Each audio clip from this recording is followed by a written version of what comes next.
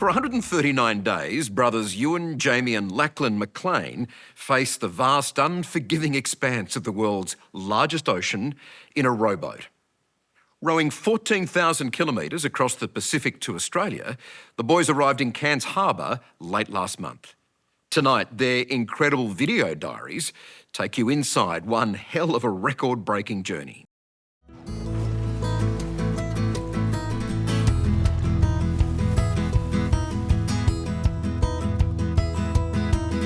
Ewan, 33, Jamie, 31 and Lachlan, 27, never planned on breaking several world records. But after nearly 5 months at sea, they're finally here in Sydney to tell us how it all came about. We were familiar with the water, growing up, we'd be on sailing dinghies or little boats, so we were comfortable on water, but we were just normal guys in Scotland. Our only superpower is that we are brothers, and because of that, we have very similar outlooks on life and similar thresholds to different environments. That love of the ocean led them to rowing and the idea of documenting every stage of their journey. It began with a goal of crossing the Atlantic. We have absolutely no rowing experience. By crossing the Atlantic, we'll be the first 3 brothers to row any ocean. If you tell someone, oh, I'm going to row across the Atlantic, people are like, you're an absolute nutcase. So we rowed across the Atlantic 5 years ago, and, that was an amazing experience. Prior to learning about that race, I'd never heard of anyone rowing across an ocean. Despite their lack of experience, the Maclean brothers finished 3rd in the 2020 Talisker Whisky Atlantic Challenge. It has been magical and also hellish. Breaking a world record feels bizarre. I think we're just as surprised as everyone else.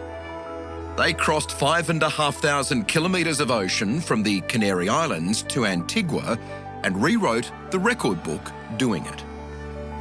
In fact, they broke 3 world records: the first trio of brothers to finish the race, the youngest trio and the fastest. But the lessons learned in that 35-day crash course in ocean rowing opened the hatch to an even more incredible challenge: an unsupported crossing of the Pacific. Before we set foot on land in Antigua, we'd already decided that we wanted to do a bigger trip. Let's go for the biggest one out there, the Pacific Ocean, non-stop, unsupported, from South America to Australia. The scale of it is just totally different. Is that even possible? Is it possible to do? Because no team had done it non-stop. I think it's pushing our boundaries. I think we're all scared to do it. So the Maclean brothers began 2 years of preparation back in Scotland, working alongside expert colleagues. The first priority: creating their custom carbon fibre vessel, ergonomically designed for 3 rowers and built by specialist ocean rowing boat builder Mark Slats. So we were at about the limit of the length of time you could spend on a vessel like this, just because of the amount of food that you're actually able to store. The team prepared 1,800 meals, just enough to get them to the end. We've got tomato and garlic sauce, which is going to go with the basmati rice. It was a real game changer, actually, having not just home-cooked meals, because I think mentally that really helps. And, ooh, look at this. We got some chili. Look how red that is. It's food that you enjoy, that you're used to eating when you're on land. Freeze-dried home cooking, snack packs and treats provided the calories to fuel their ocean crossing. On April 12th this year, the Rose Emily left from Lima, Peru for the grueling 14,000-kilometre trip across the Pacific. So our last convoy vessel has just left us. We'll be saying goodbye to the mainland in probably about 15-20 minutes, and then to the first night shift. Rough old night for Big Jim. The first 2 weeks was really tough, actually. For me and Jamie particularly, it was so overwhelming. We had seasickness for the first 2 weeks. But to be honest, I don't want to be here. But I know this will pass. And this will be the incredible experience of my life. No, but at the moment it's really hard. And I'm all choked up. Imagine pulling your oars through the water 2.8 million times. That's what each of the Maclean brothers would have to do to make it across the Pacific to Australia, stroke by stroke, hour by hour, for nearly 2,000 hours of rowing. With months and months of training under their belts, the brothers' physical fitness isn't just impressive, it is undeniable. If you put the work in, it's incredible what your body can do. Hand update. We're a quarter of the way in. Hands looking pretty fucked. Excuse my French. But no matter how fit and prepared you are for an endurance challenge like this, odds are you're going to come face to face with some life-threatening situations before it's over.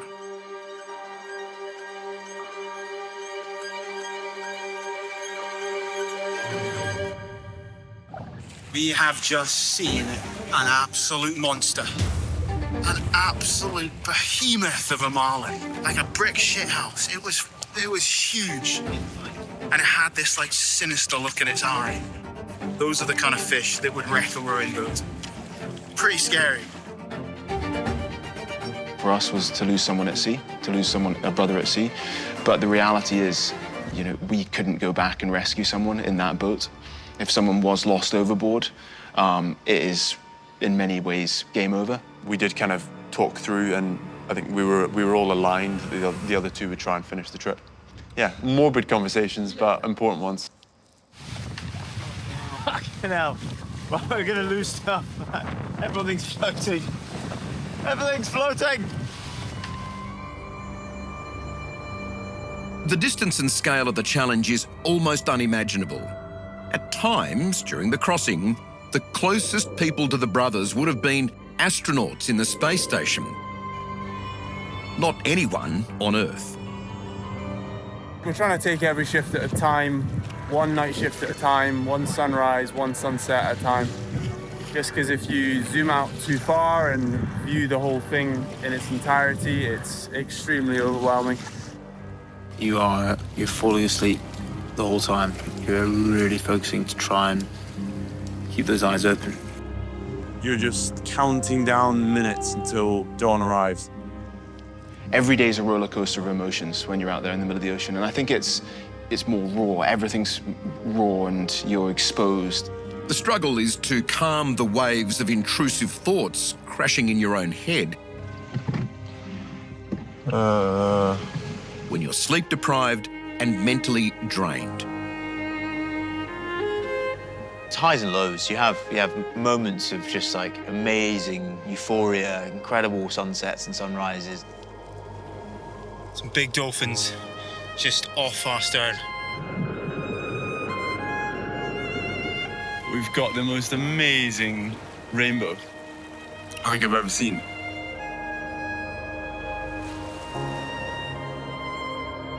The distance that we have rowed is 3,905 nautical miles. And the distance left is 3,904. But it can all turn in a matter of seconds. So heavy. Next, surviving the savage sea. Oh, fuck. Didn't really know, which way was up, which way was down. Not sure if we capsized or what had happened, really. Before the boys see stars. We're in the middle of the Pacific, chatting to Mark Wahlberg. Is this a hallucination?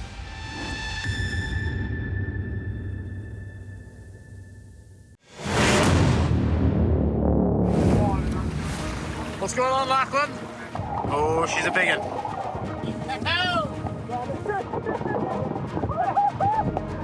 You have moments of just like amazing euphoria and, wildlife jumping around the boat. Let's go, baby. Here we go. More storms on the Pacific. We're getting hit. Halfway across the Pacific Ocean in their hopped-up kayak, Scottish brothers Ewan, Jamie and Lachlan encountered the one thing they'd feared from the start. There were multiple moments that were truly terrifying. You know, big seas, especially when, you don't feel completely in control.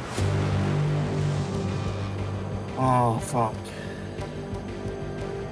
I was just about to get into the cabin to come to bed, and big rogue wave came in off the stern and washed me overboard.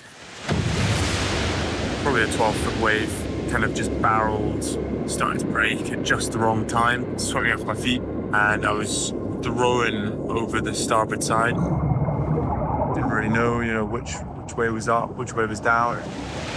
Not sure if we capsized or what had happened, really.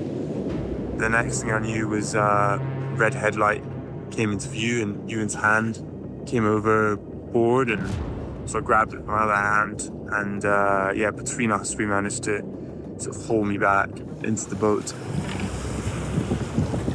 If I hadn't been tethered to the boat, that would be me dead, 100%. Always have our safety harnesses on, so Lachlan was tethered to the boats. It's a scary reminder. You see your brother getting washed off the boat. That was probably one of the scariest things that's ever happened to me. Oh, jeez. On the voyage across the sea, the brothers were magnets for more than rogue waves, marlins and seabirds. Now today we have a truly special guest. All sorts of celebrities were also paying them attention. It's Flea from the Red Hot Chili Peppers. All that rowing, man. I mean, the same motion all the time, those muscles. Oh, guys, you need a sail. And thanks to Starlink, they were literally connecting with the stars. No, we just connect and we're on. Yeah, This is probably the most surreal situation I've ever been in. We're in the middle of the Pacific, chatting to Mark Wahlberg. Mark, we're operating on very little sleep. So we're all kind of like, is this a hallucination? Well, I tell you, for me, I couldn't be more inspired by what you guys are doing. Give me lucky go. Oh, yes.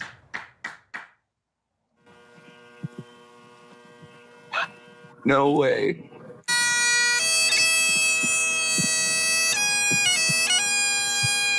Holy shit.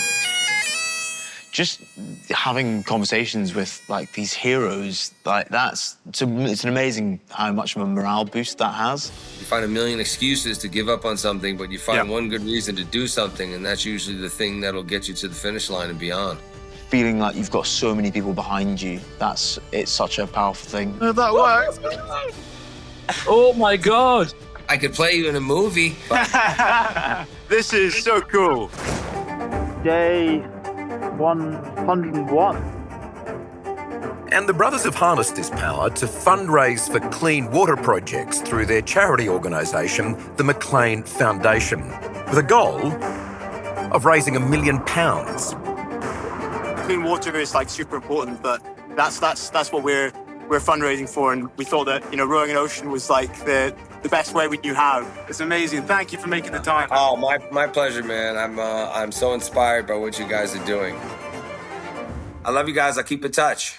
Kind of almost between New Caledonia and Australia. We're not that far from getting into Australian waters, which is so exciting. Well into the back half of their journey, massive seas and harsh weather systems pushed the Rose Emily off course. Storm after storm hit us, and delay after delay pushed us north. The original destination of Sydney was abandoned, and a course was charted for Cairns. So it added about 500 miles to our trip. We need to get the job done. Basically pushed back our timelines from 120 days to 130, 135, and then eventually arrived at 139. Oh, jeez. The last day, big man. Is it the last?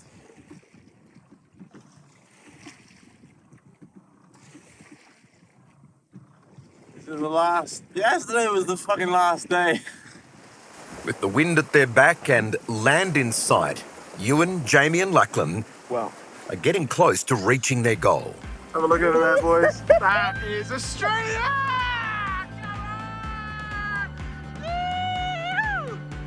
On August 30th, almost 5 months after the Maclean brothers set off from South America, they entered Cairns Harbour. The bagpipes were also there for that arrival moment in Cairns. Make it that extra special.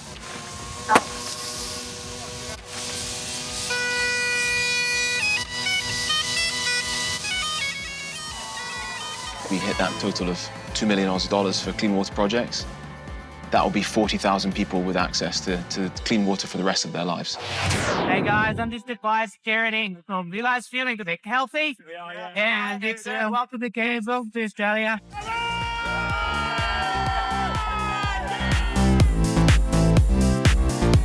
It's given us this kind of feeling of purpose. Really, been just blown away by.